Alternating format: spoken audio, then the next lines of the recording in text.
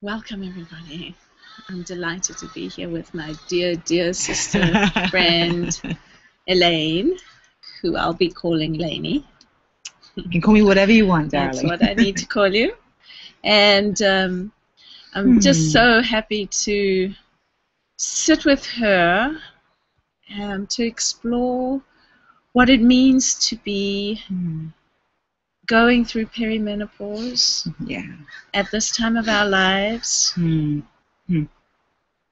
what it means to go together through this, different from trying to figure out what's happening by yourself and know what you need to do and all of that stuff. Lenny and I have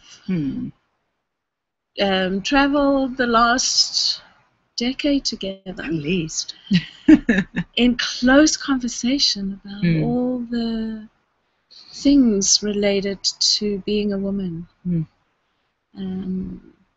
We've explored menstruation and our hormonal ups and downs. We've spent many days figuring out what it is that's going on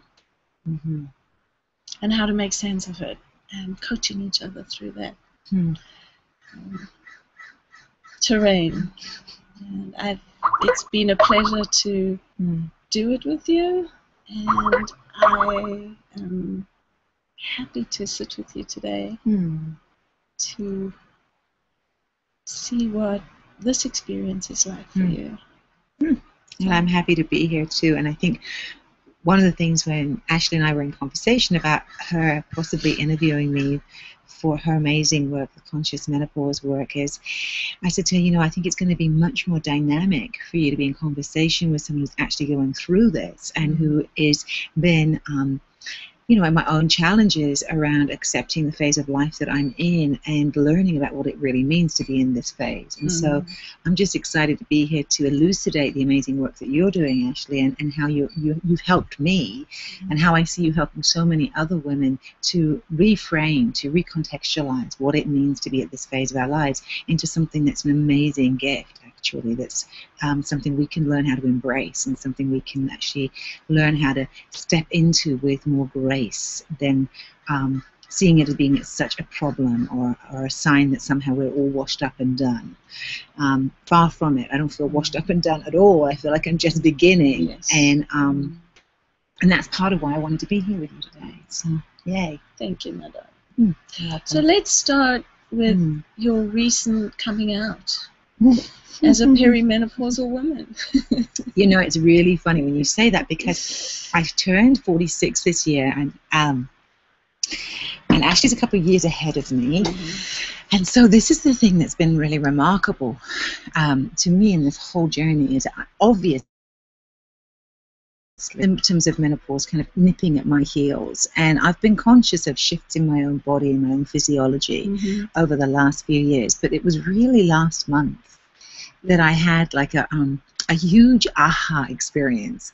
It was the week before I was about to get my period, and I've always been someone that's experienced quite a hormonal flux in terms of the traditional symptoms of premenstruation, whether those be irritability, heightened psychic abilities, heightened abilities to be able to get stuff done, but this feeling of tension in my body. And along with swelling of the breasts and bloating, and anyway, this last month, I noticed something different. It was that week before I got my period. Not only did I have all those symptoms, but they were amplified to such a degree that I kind of felt like I was going a little bit mad. I had this thought running around my head that if this was what perimenopause was like, if this is what this is really like, then I don't know that I can do this every month. Like I certainly didn't feel like I had the skills or the practices or the techniques or the way to look at it in that moment that actually would have helped me reframe it, because I felt like running away from my life. I felt like saying, what's the point of doing all of this? I felt at a complete loss and actually in a pretty dark It took me to a really dark place, and I knew it was hormonal. I could feel it. Can you tell a little bit about that? The dark space. How did you know it was? There was obviously another voice in your head that this is hormonal. Well, because it was so extreme, and I think that's the thing, and it reminded me of puberty, right? And so, which is exactly what it is. But I had this real thought, Ash, that when I was going through it, I was like, my God, how do any of us ever make it through puberty? With no skills, no life experience, no one really talking us through it. No support. No support. And I was like, it's a wonder that any of us actually make it through puberty. And then I was reflecting on that, and I was like, well, how did I get through puberty, right? Exactly. Well, this is how I got through puberty, and I'll be completely honest with you. I developed an eating disorder and an anxiety disorder, and I ended up in my 20s really lost because I didn't have a map. I didn't have anyone counseling me or giving me any way to look at what was happening to my life. So last month, I called up Ashley and I said, okay, I'm here. I've arrived. I know I'm officially perimenopausal, and I'm really ready to take this on in a more conscious way. And there was something really profound that happened, Ash, in taking it on in a conscious way. And I want to speak to it because this is something that I think is at the root of your work, and it's why I wanted to come and be interviewed by you, because there's something that happens when we come into conscious relationship with ourselves about what's going on in our own lives and start to engage with it from a place of love and compassion and kindness with ourselves rather than beating ourselves up for being where we're being, right? And so what happened for me last month was the way I came out of that whole hormonal, like alchemical craziness, was to actually embrace myself as exactly where I am and have nothing be problematic, not have it be problematic that I'd felt like I wanted to leave my life or that I was in such a dark space, but actually just embrace the isness of what I'm going through. Right. And there was something about, oh, there you go. Oh, there was something about that acceptance, consciousness, awareness that shifted how I experienced myself. And I know that's at the core of what you're teaching in the model that you're offering. And so I'd actually invite you to tell me and everyone else what from your perspective that consciousness is, what changes. Well, I think you mentioned a few of what I think are the critical points of letting yourself move through this really pivotal journey of perimenopause. Because if you think, I love the analogy of puberty, because when we go into puberty, we're children. Right. And when we come out of puberty, we're adults. We're meant to be. It's the same transition of, if you look at it hormonally, our hormonal profile is changing. And it takes 10 years. And that's pretty significant because there's sort of this way that we want to already be through it before we've even started. Right. But we don't want to start it. We just want to Well, now that it. we're at perimenopause, we actually don't want to start. When we go through puberty, we kind of do want to start it. Yeah. There's a lot more excitement. And I always make the analogy between the two because I think, wouldn't it be beautiful if going into perimenopause, we had the same sort of anticipation about maturity and about becoming transformed, turning into the next phase of being a woman. So you named a couple of things that were at the root of a conscious passage through menopause. So once you get over or not get over, but once you really tend to the anxiety that it provokes, the issues of aging in our culture especially, where it's really not honored that you've accumulated years, and most of us accumulate wisdom that we can tap into. And so that is what I consider the fullness of womanhood that we step into, that this passage births us into. Did you hear that? I want everyone to make sure you heard what Ashley just said, because this is what I feel is happening, and I've watched it and witnessed it in you. And there's a fullness and a ripeness of stepping into our womanhood, our full womanhood. And I know I'm going to share something that's kind of close to the bone and vulnerable for me, in the sense that I mentioned earlier on about one of the navigation ways that I went through puberty was to develop an eating disorder. Like a lot of girls develop eating disorders because of our changing bodies, right? For me, that was potentized by the fact that I was raised by men, and I didn't have any feminine modeling at all, or input. And so part of what I'm in right now in this phase of my life and is I'm actually about 20 pounds heavier right now than I've ever been in my adult life. And I'm living inside this body that is completely different to the body that I thought I was meant to be in. And this has been happening. This has been happening gradually over the last few years, but very markedly this year. There was something that shifted in me, actually, around ripening, allowing myself to ripen in a way that I had somehow been resisting. And I think it is to do with power, and I think it is to do with presence, and I think it is to do with really allowing ourselves to embody this feminine, more curvaceous, softer body that's that we're told so often in our culture is not attractive. Now, I'm going to be really honest with you. There are days still where I look at my body and I have to readjust how I'm seeing my body. And then there are other days where I leap out of bed in the morning and I've got all these mirrors in my bedroom and I'm naked, right? And I just do a little dance in front of the mirror. and I look at this body that's shifted and I can really love it. That's great. And embrace it. And this is part of that menopausal journey that I really think is powerful for us as women, where we really stop being externally referenced in, am I good enough? Am I beautiful enough? Am I lovable enough out there? And we really begin to take that inside into what's real and true. What's my real North Star? What's really true for me? And that's such an empowering experience. You did I've been reflecting on something. I haven't shared this with you. You wrote about looking in the mirror. And what you're describing reminds me of how we look in the mirror before we get to menopause. Yes, that's beautiful. There's a different way. When we look in a mirror in I do this, it's like our hormonal years, you know.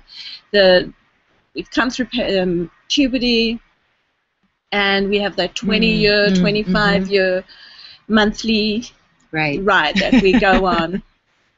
And that's a very externally focused hormonal makeup, right? Yeah, well, we're looking to get pregnant, right? Essentially. That's exactly right. So we're biologically led to be appealing externally. And worrying about whether or not we are that, whether we're matching up to what the culture says. There's so many conditions for that. I hadn't really thought about it, but it's really true. And then we come to perimenopause, and we actually hide away from the mirror. Right? We go into that hiding. I had the opposite experience of you. I grew really large in the first few years of my perimenopause. It was hormonal. And just for those of you who might be doing that, you want to take note here. There's a lot we need to tend to. There's a lot of information out there that's really confusing us. There's this. I like to teach ways for women to tap into their own body wisdom. To make that journey, so that when you come out the other end, you have reinforced yourself health-wise to be healthy for the rest of your life. I want you to say that again. About reinforcing. That there's some choices that we can make at this point in our life that really are critical. That's what looking in the mirror at perimenopause is about. And really looking in the mirror, right? Not just looking at what everyone else is seeing, but who's actually here. Who's actually here. And it reminds me of what you wrote about, which said I forget how you said it, but you said talking to yourself in the mirror is a really good way to hold yourself accountable to yourself. Yeah. And it works for you. I love that. I can see you do it. I do. Seriously, it's a quick hint for you all. If this appeals to you, this is honestly a practice that I have, which is self-dialogue in the mirror, where I'm actually really counseling myself, because I realized at this point in our lives, right, we have this medicine that we're offering in the world. We have all these things that we give everybody else. Well, the way I see it is perimenopause is the time to start turning the mirror around and start giving it back to self. That's exactly right. And there's and the beautiful ways, you know, we talk about self-love, right, and it's become a bit of a buzzword. Absolutely. It's sort of lost its we don't really know what it means. Real impact. Right. But looking in the mirror is an act of self-love, right. and letting yourself. I have this practice that really works for me. I have a list of love songs, I play them to yourself, to myself. Love it. It works. No, I know. It really works. Right. It really helps let yourself feel the part of you that loves yourself and the part of you that's receiving the love. I feel like two people. Yeah, the lover and the beloved. And it's all about them, and it's so powerful. Oh, that's so powerful. Beautiful, beautiful. So there's two hints for you. One, love songs to yourself. The other one, having a good chat with yourself in the mirror. Right. And these are consciously stepping into agency in our lives. Two ways that, and there are many more, and it goes on many levels. It's interpersonal. It's, you know, making sure that your relationships are sound, that they're feeding you, that there's nothing discordant with who you really are in your relationships. Huge assessments of relationship at this time, like. Well, I feel like, I mean, I can speak to that, you know. So this last year, I mean, Ashley can speak to this, and she's witnessed me go through this. I've gone through an incredible shift, like a 360, we might say, in my own life. I mean, you can see where we're sitting right now. This is my paradise. This is my Garden of Eden right here. Beautiful space that I created as a temple. But a year ago, just over a year ago, this wasn't where I was. I was in a very different place, a house that I didn't want to live in the city of San Francisco, which, whilst it's a beautiful city climate-wise, kills me because it's not supporting my system, talking about things that support us. I was inside a relationship with a person that I loved, but the relationship was not supporting me. And I was working so hard. I mean, let's just say how hard I was working. And I was very purpose-driven, and I was very on my mission, but there was nothing really supporting me. And I hit the end of last year, and I had like a crash and burn moment, which I think is really typical of perimenopause, right? It's like everything that's not working in our lives suddenly has to shift. It's like it's just no longer tenable. And that was my 45th year. So I'm wondering how many of you are relating with me and maybe going through these shifts. And this is what I can say, is I shifted just about everything in my life, right? I shifted where I was living. I came to live in this temple space that I didn't think I could afford, but I did it anyway. I manifested a different relationship in my life with somebody who is just the most supportive and kindest person. Oh, makes me want to cry. That I could imagine having around me, who makes me laugh every single day and provides so much nurturance for my work in the world. Oh, it's so beautiful. I changed how I do my work. And I've just changed just about everything. And I feel like that's the opportunity we have at perimenopause. It's bumpy and it's a little scary because times I feel a little like, woo! But truthfully, the life that I'm living right now is so much more consciously designed to actually support me. And I think that's what you're saying. It's whether it's our physical bodies, our emotional bodies, our spiritual bodies, our emotional relationships.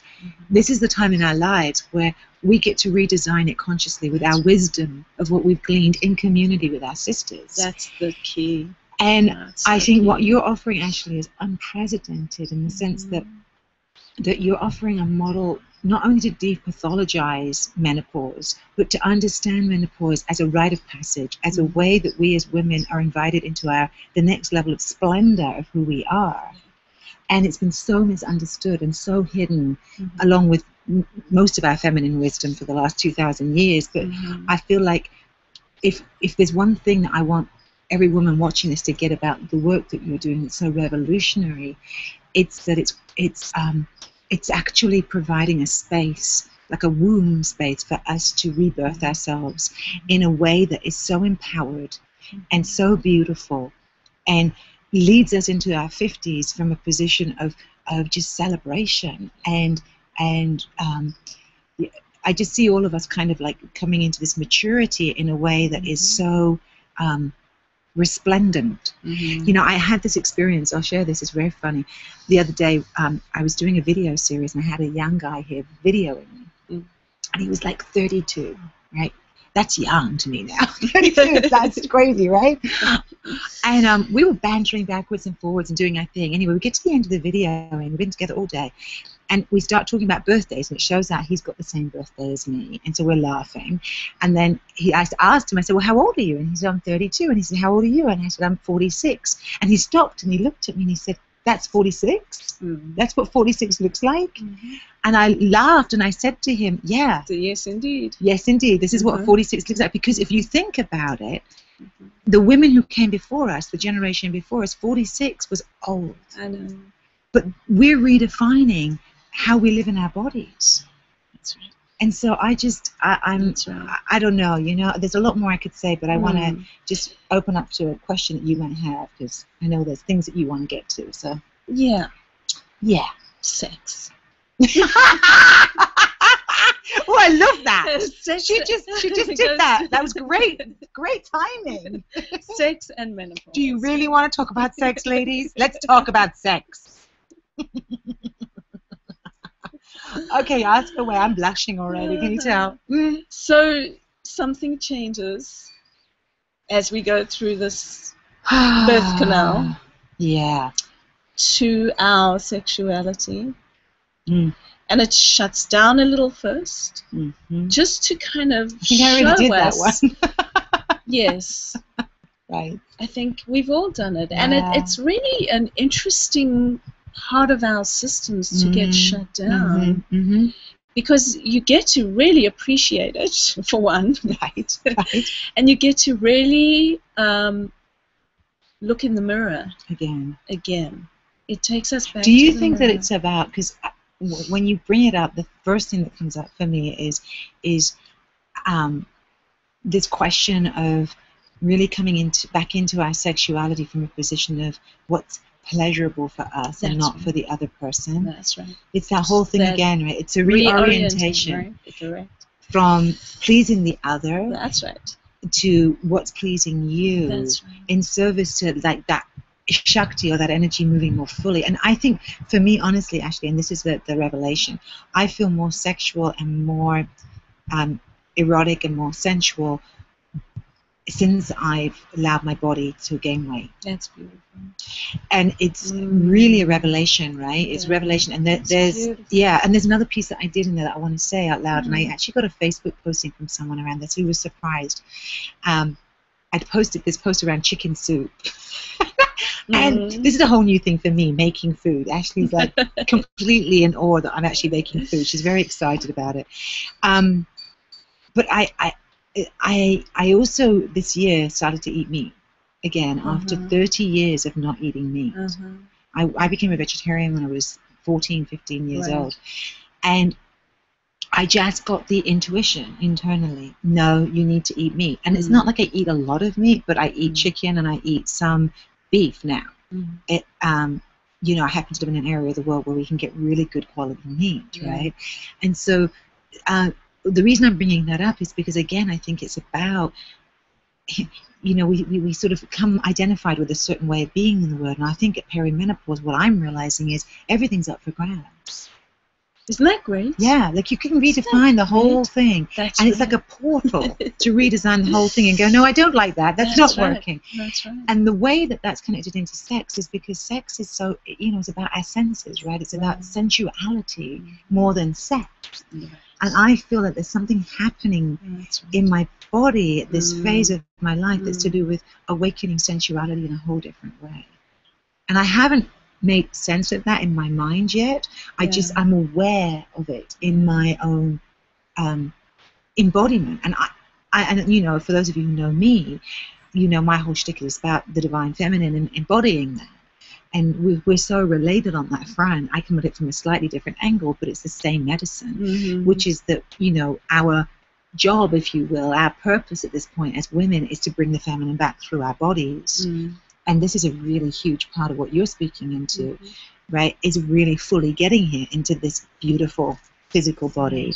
And for me, that relationship to sexuality and being inside my sexuality in a different way is like a whole new territory. And I know you had this experience too, so maybe you want to share a little bit about what your awareness is. Yeah, I think a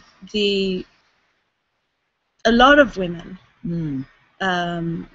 have, when that shutdown happens, which is hormonal, right? There's sort of this reconfiguration. Can you tell us what it is? What is actually happening? What happens is the old way that the body knows sexuality, which is with bursts of estrogen that happen ovaries, every month, right, starts changing. Right. That stops. This is a revelation, ladies. You want to listen to this? It's awesome. Here's the beautiful thing. That's let me back up a little. We've been on a journey of trying to understand what our hormones are making us feel. So when I got into, the libido went down, right, and I was about 43, and it lasted, my body went into a big one. Yeah, you did. It lasted about 4 or 5 years. I'm 49 now. Yeah, I remember. And in that time, I had my sexuality basically shut down.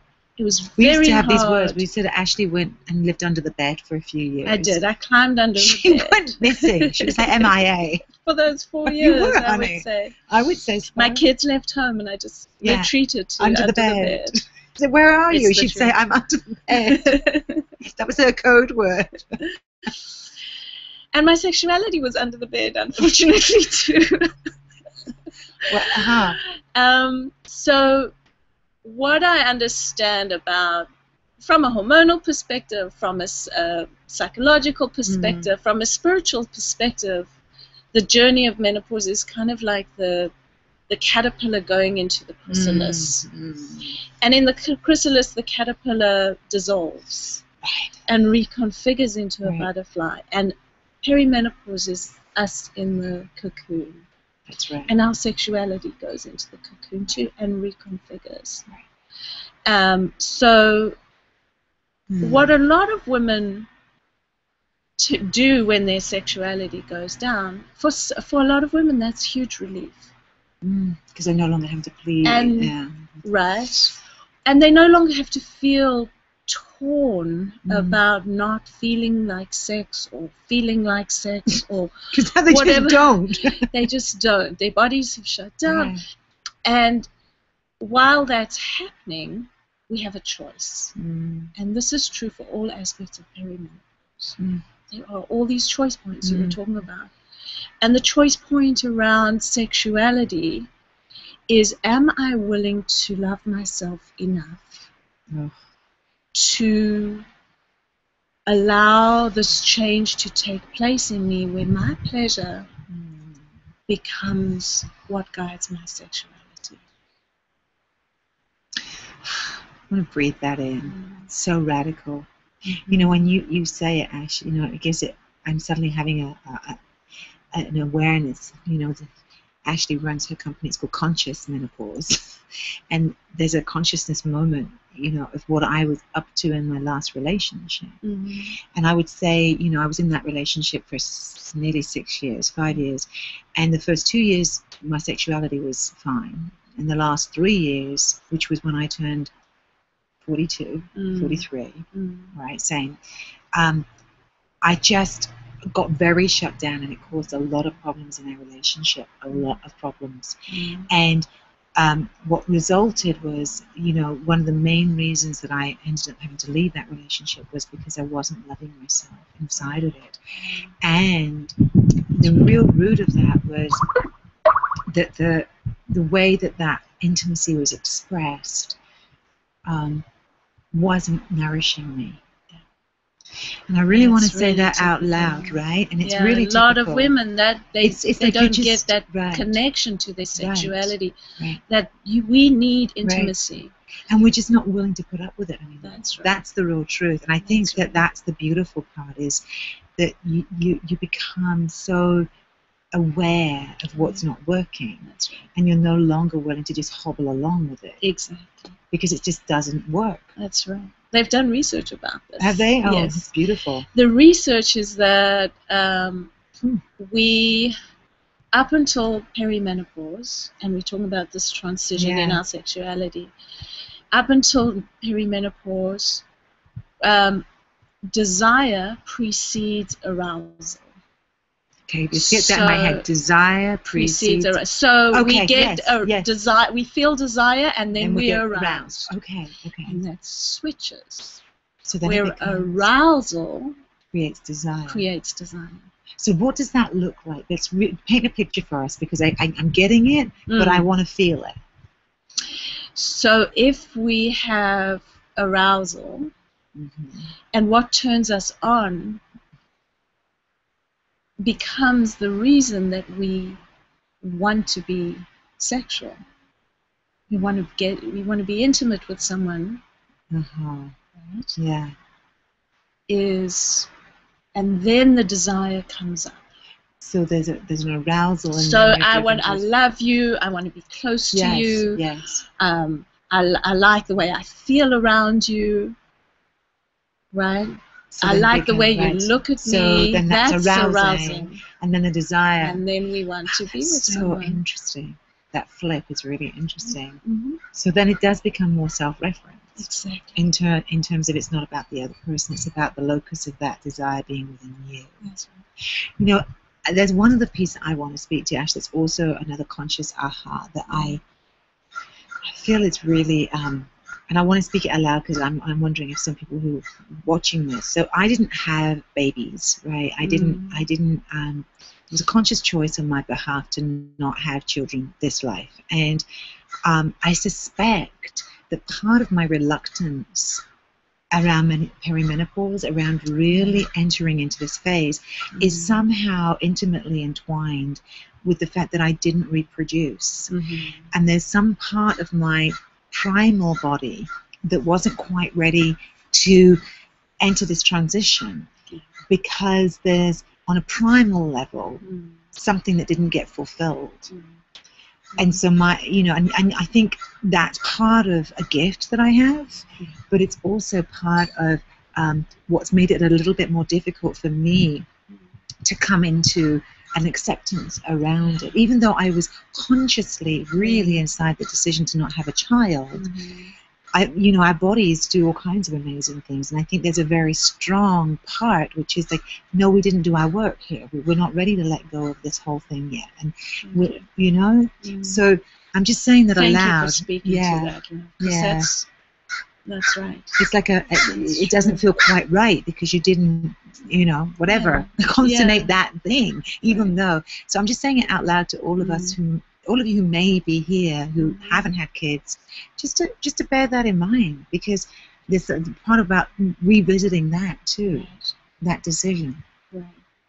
And some make it consciously, like you do. Yeah. And some women come upon it inadvertently, without knowing that they hear. Right. And feel robbed of time. Yeah, I think that feel betrayed by their bodies. Right. There's a lot. And confused about arriving at this point in their lives and not having fulfilled on certain dreams or certain desires. That's right.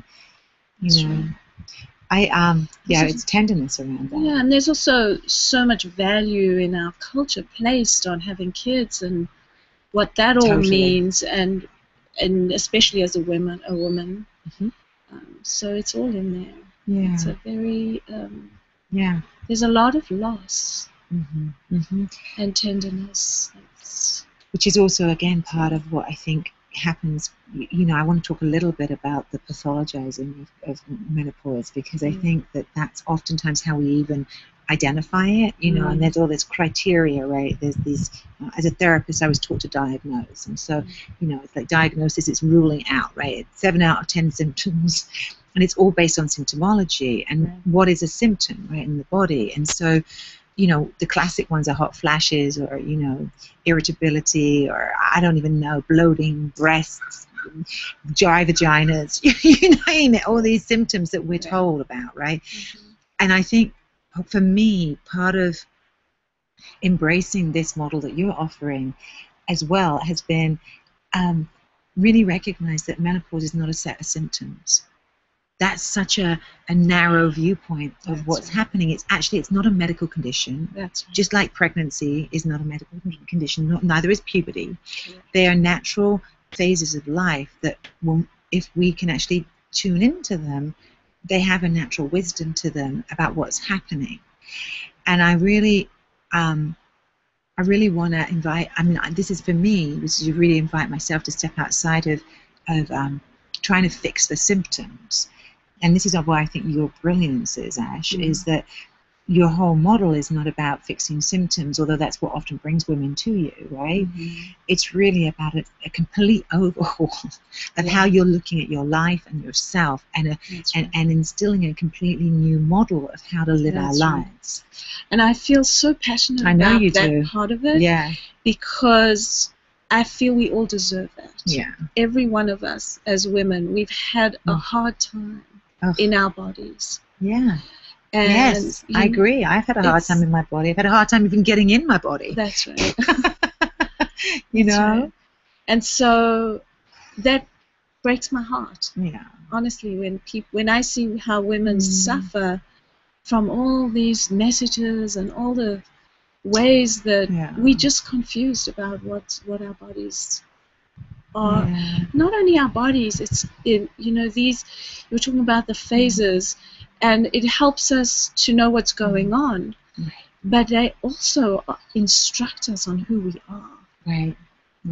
And if we don't engage with it, we lose out on that opportunity. There's a richness and a relationship, that's happening. That we forgo if we just skirt the surface and just manage our symptoms and just think that there's something wrong with all of these and try to get rid of our symptoms. That's, and I know we share this philosophy in common, because in my work it's the same thing. I have a philosophy of embracing symptomology. That's how I've learned how to work with it, is embrace and love everything that's here. Even though it may not be comfortable. And I think for me, going back to that aha experience of last month, it was so intense and it was so palpable.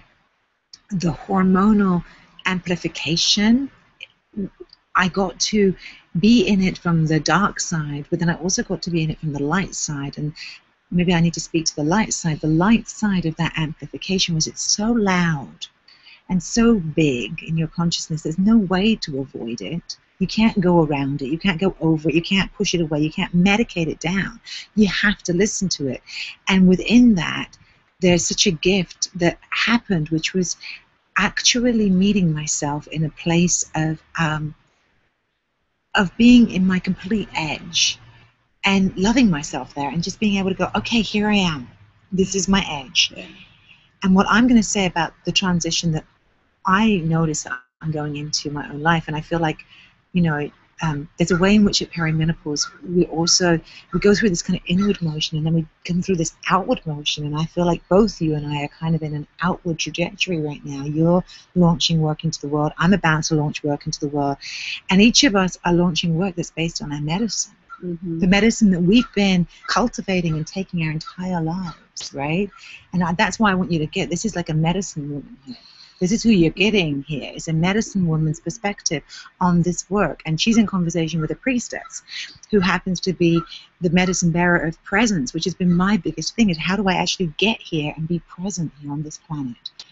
Even to have to be able to enjoy my life, let alone being of service. And perimenopause for me has given me that gift of presence in myself in a whole different way. And it's to do with physicality, it's to do with enjoyment, it's to do with pleasure, it's to do with joy, it's to do with slowing things down, it's to do with not caring as much, right?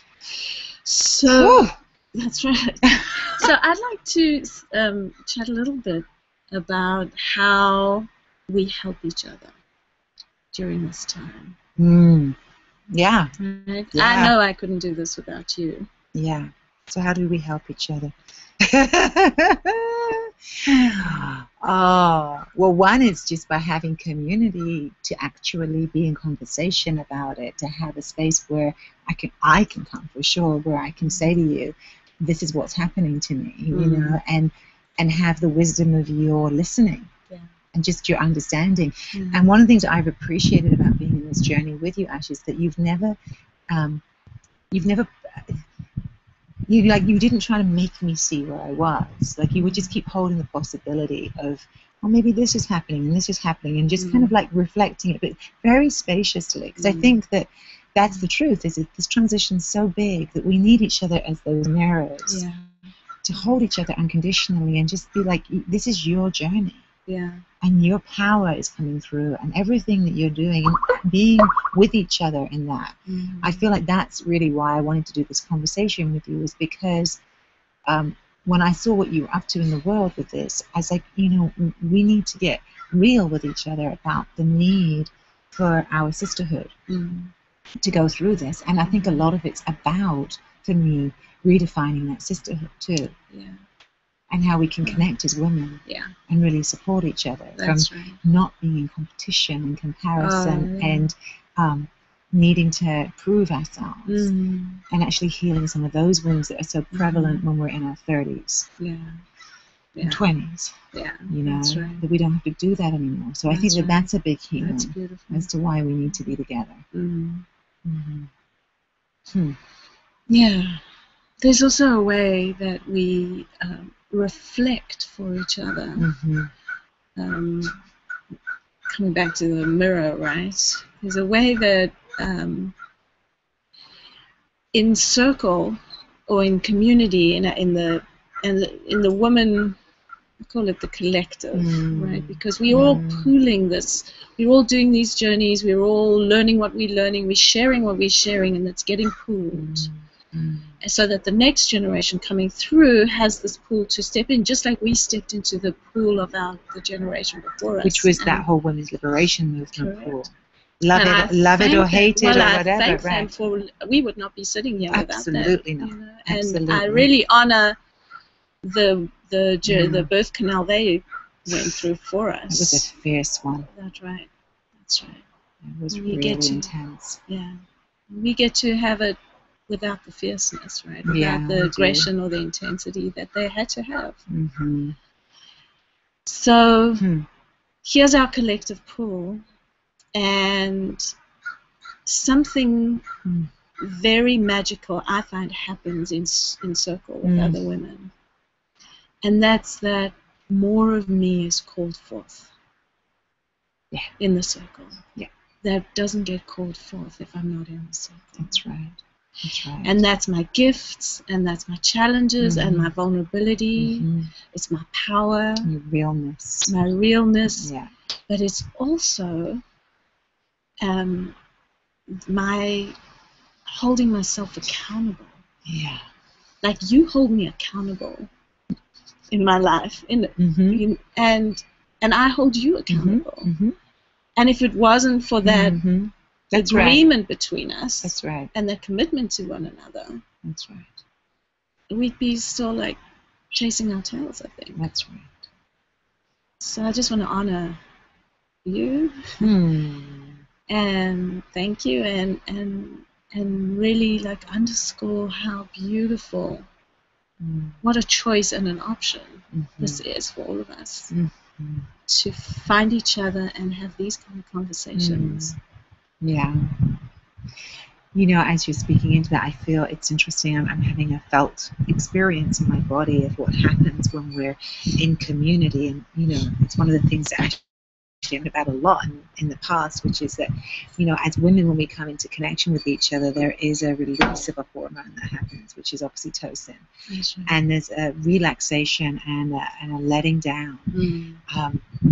It's the hormone that gets released when we breastfeed. So I'm using those words really intentionally, that there's a letting down that happens. It's not just our, when we're breastfeeding, but that when we can feel held in the gaze of the other and held in the heart of the other, and somehow held in that deconstructing that's going on, that coming apart that's going on, the liquefying. Right. It's interesting because you talk about that metaphor of the caterpillar into the butterfly, and this, that I work mainly with alchemy, and that's my path, and this is the most intensely alchemical part of my life, and I'm sure there's been other ones, but I haven't been as conscious of them. And there's something about that word consciousness again that's so powerful. And when we bring together in a circle, right, my experience of being in circle is that when we bring the power of our consciousness together in a circle, we amplify it to the greater than the sum of its parts. And so we become like a vibrating, oscillating consciousness crucible for things to happen in, that otherwise are difficult to contain in just your own process. And I know that from running my own circles, but I also know it from being in witness to your circles, and seeing the power of the work that you're doing and the opportunities that you're offering women to really embrace this phenomenal gift of menopause. And I know that sounds antithetical, right, in a way, because we're so taught to push it away, but it's really a gift. It is really a gift. And I'm embracing it. I've embraced it. It's like it's been happening for a while, and then this is how it's always in my life. Like I'm happening, and then I have a moment, and then I go through, and then that's it. I'm one of those people that as soon as I get conscious of something, I just have this energy that goes through the doorway very fast, and then it's a whole new reality. And we all do the different journey differently, and that's the point. And I think that's what you have created spaces for women to be in integrity to the journey that they're in. That's right. And so I get to enjoy sitting back and watching women do this. So what I want to say to you all who have been listening here is, I want to do a little testimonial. Can I do that? I mean, I've kind of been doing a testimonial. If what we've been talking about in this last, however timeless amount of time that we've been in this beautiful conversation, if any of what either one of us has said is resonating for you, and you're looking for a way to be held lovingly in this transition, and to really be in conversation and be in transformational processes around it, and to be held by the wisdom of someone who really has made a lifelong study of this, of our fertility, our menopause, our menstruation, of all the rites of passages that we've gone through as women, I'm just going to say that this is an incredible opportunity to work with someone who I believe is really a revolutionary in this capacity. There's very few other people out there who are offering this kind of work with this kind of heart and integrity and understanding of how to invite women to come into a place of empowerment and joy. And so if you have been or are in this transition, and you feel like you want a space to learn more about that, to be with someone around that, then I can't think of anyone else. I mean, I'm really blessed. Ashley happens to be one of my closest friends, but I'm really highly invite you to jump in with her. You're going to see more and more of this woman out there in the world in the next year, because this is where she's headed. And this is like the pioneering level. So if you feel like you're a pioneering spirit and you want to join Ashley in really being a portal opener for all women in this age range to actually embrace who we are, then I would say, look up what she's doing, learn about it. And I want to just have everybody know, what are you doing, darling? How can we come play with you? There are a few ways. Yeah.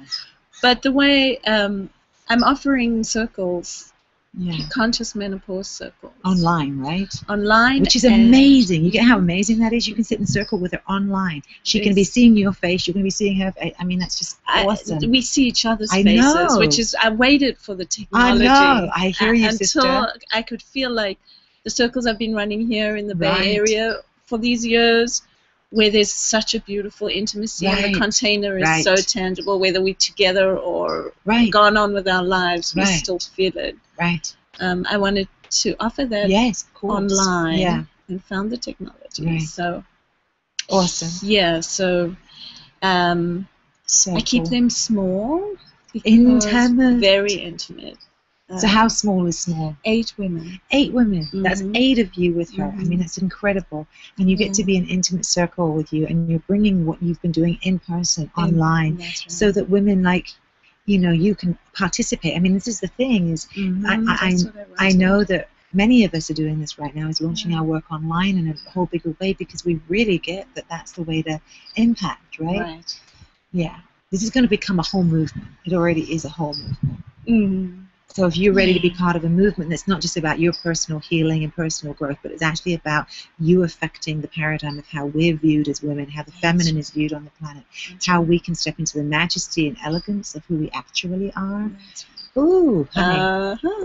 That's right. So I'm hands down one of Ashley's biggest fans, and I'm just so honored to be your sister and to have you in my life, and your love and compassion for me.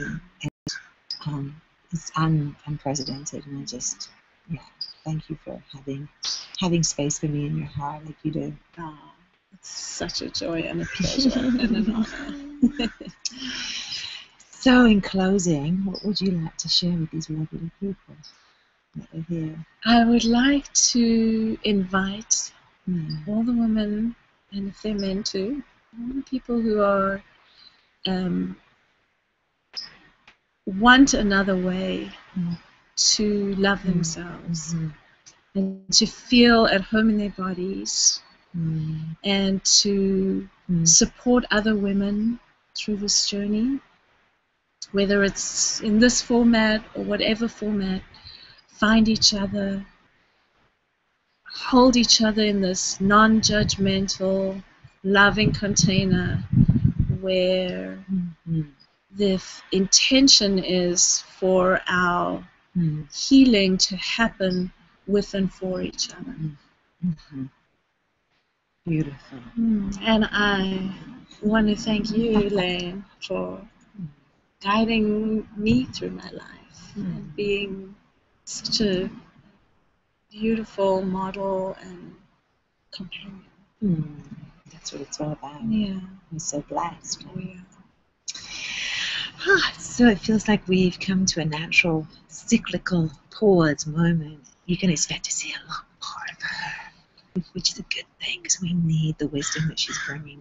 In fact, we need the wisdom medicine that we're all bringing. So whatever you're bringing, part of Ashley's job is to help you step more into Bring it. out that wisdom. Oh, sister, that's just such a gift. You know, it's just step into that wisdom and claim that beauty and power that you are in this phase of your life, and to move the things that need to be moved in order for you to show up more fully and be embraced. So blessings to you all. It's been so divine to be here, and watch out for this beautiful conscious menopause work out there in the world. Thank you, my darling. Thank you. You're welcome.